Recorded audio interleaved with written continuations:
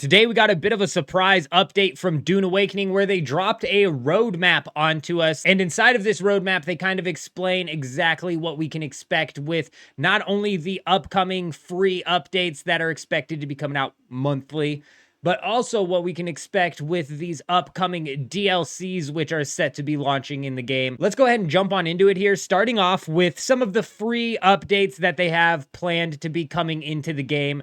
They section these off in Chapter 2, Chapter 3, and Chapter 4, and really, we don't get a whole lot of information here aside from Chapter 2. You can see here they say that the main story is going to continue. On top of that, they're going to add in character re-customization, dynamic encounters, social hub contracts, new deep desert layouts, new archetype armors, and new hairstyle and tattoos. A couple knee-jerk reactions that I have to this is a lot of it sounds decent, especially considering this is meant to be part of the free update cadence that's going live. It'll be interesting to see how creative they get with these dynamic encounters and this main story continuation. I'm not really holding my breath that it's going to be anything special. For example, with these new deep desert layouts that they're talking about here. What are we talking? Are we talking about just copy and pasting some more labs and putting them in different spots in the deep desert and letting the AI generate the rest of it? I mean, what are we talking about when it comes to new deep desert layouts? Hopefully, we're looking at some real actual changes here. Again, I'm not holding my breath, but dynamic encounters and new deep desert layouts are something that definitely have me interested. And then they talk about archetype armors. I'm not positive what they mean by that. Are we just talking some new armor sets? Are we talking maybe like some set bonuses coming into the game? Who knows? Let me know what you guys think down in the comments of this whole chapter 2 that they talk about here. But when we move over into Chapter 3 and Chapter 4, you can see that they don't really give us a whole lot of information. They say in Chapter 3, they're looking at revamping the end game and more. God only knows what that could mean. And then Chapter 4 says to be revealed. So again, let me know what you guys think down in the comments here. I'm personally glad to see that they've put out some sort of roadmap because people are definitely questioning exactly what this is meant to be looking like in the future. So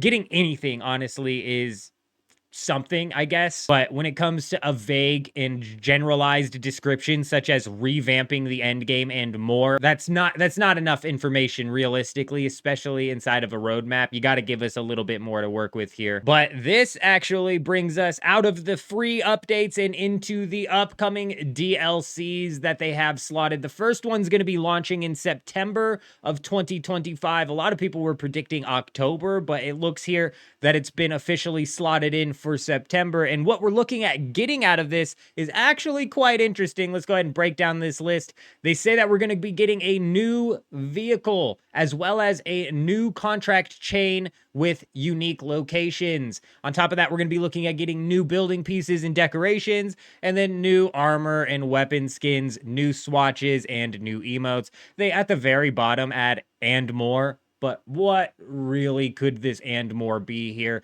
And what real content are we looking at getting out of this DLC here? It's new vehicle and it's the new contract with unique locations.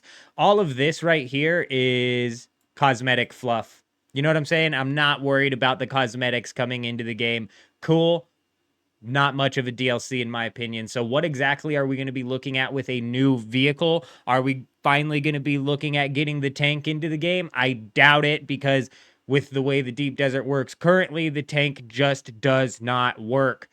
So what sort of new vehicle are we going to be looking at getting here? Maybe some sort of transport ornithopter would be freaking amazing. One that has just a massive storage inside of it, making your in and outs of the deep desert weekly a little bit less annoying. But honestly, who freaking knows at this point in time? After the September DLC, though, we are expected to get another one in January or March of 2026. This is called Raiders of the Broken Lands. And again, here, all they lay out information for us wise is there's going to be cosmetics coming with this DLC. And in my opinion, cosmetics is not enough. This game really needs to work out pumping out some sort of content. They need some sort of update cadence that actually pumps in new things into the game. And this whole paid DLC in order to get anything interesting in the game is realistically not it. You know what I mean? Especially considering the fact that this middle DLC in January or March of 2026 that we're looking at is literally currently only labeled as cosmetics.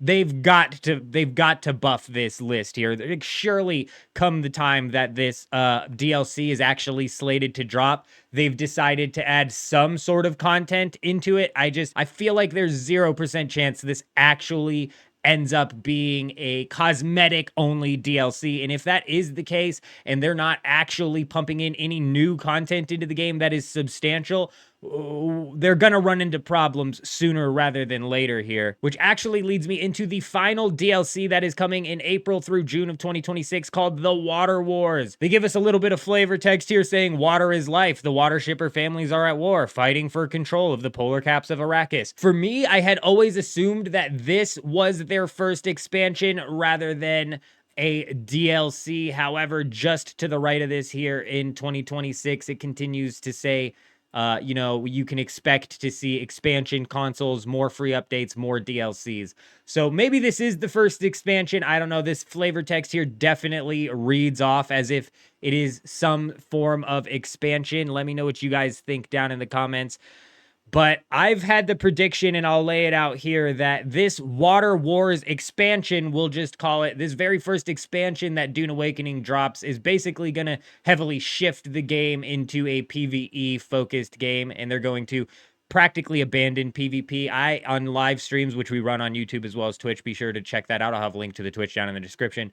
But on the live streams, I often say that this first expansion is going to be 85% PvE and 15% PvP if we're lucky. And I've been saying that ever since they expanded the safe zone of the Deep Desert. And you know what?